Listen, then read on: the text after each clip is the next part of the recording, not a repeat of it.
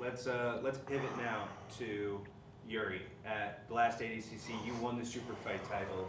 Yuri earned a shot at the super fight title by winning the Absolute. What were your thoughts on his performance at that ADCC?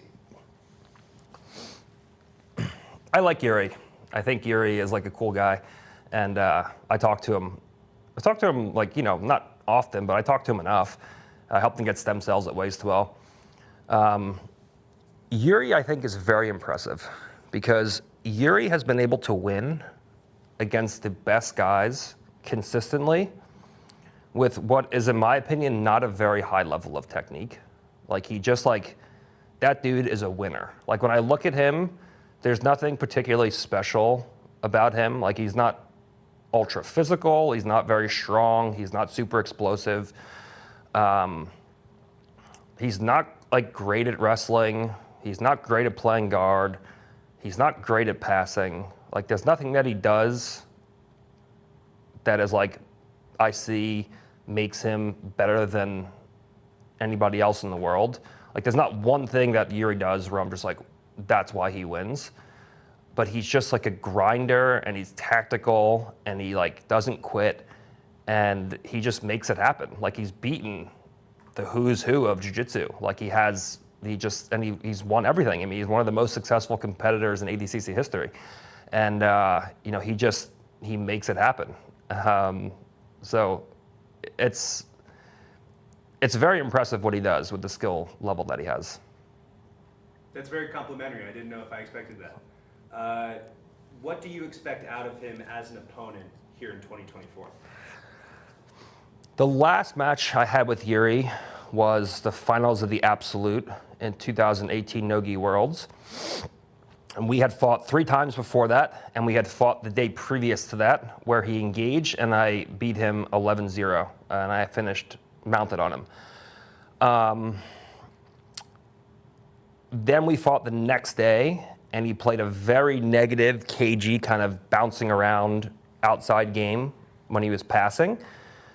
So I think that Yuri is going to play an extremely cagey, shirtless, tactical game and just try to like edge me out. Yuri is smart enough to know that if he tries to just come up and do jiu-jitsu with me, that there's just no way that he's going to be able to compete on a technical level. So his best bet, similar to Andre and pretty much everybody else I fight, is just to play tactical game where he just gets almost a move or he picks up a leg and then just does just enough to edge out a win. So I think it's going to be pretty similar to my other matches where he's just doing just enough to win and I'm just walking him down, chasing him, trying to get him to engage until I can eventually get a position and then, impose my will. So you're expecting him to be very cagey, and how are you going to prevent Yuri from implementing that style of game? I think the easiest way to do it is putting him in bottom position. So I think that I'm just going to walk forward, hand fight him, tire him out, and then put him in bottom position. If you look at his last match against Nicky Rod puts him down pretty early, and then Yuri tries like his life depends on it to get up.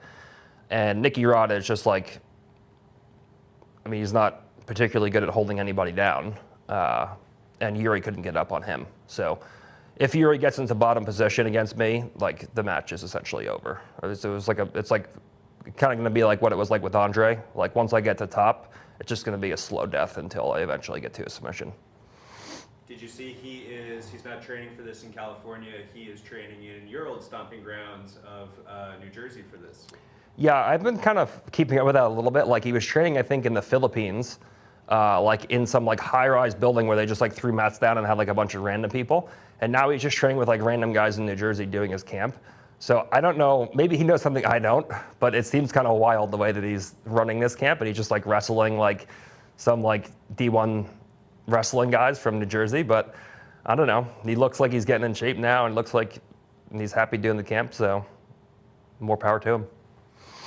What are the specific difficulties of preparing for a different opponent on back-to-back days at the highest level like this? I think I'm used to doing, this is going to be the ADCC where I had the least amount of matches. So, it's not really that, it's not really that big of a deal. Like I'm used to doing either 8 matches, and then I had 5 last year, so I just have 2 this year. So it should be like a walk in the park, as long as I'm healthy. But the strategy for both of them will be the same. It'll just be to get the top position and then melt them over time. So obviously Penna and Yuri have different, vastly different games, different strategies, different techniques, different tactics. But I've seen the full scope of what both of them can do. So I think that I can react. I think that Penna is going to put up a lot more of a fight from bottom position. It's going to take me a lot longer to pass Penna's guard. His guard is much better than Yuri's, whereas Yuri's I'll just kind of like fall into half guard and pass him and then finish him. So I can expect Penna to be a little bit more of a war than Yuri, but I think Yuri's going to be a little bit harder to get a hold of than Penna.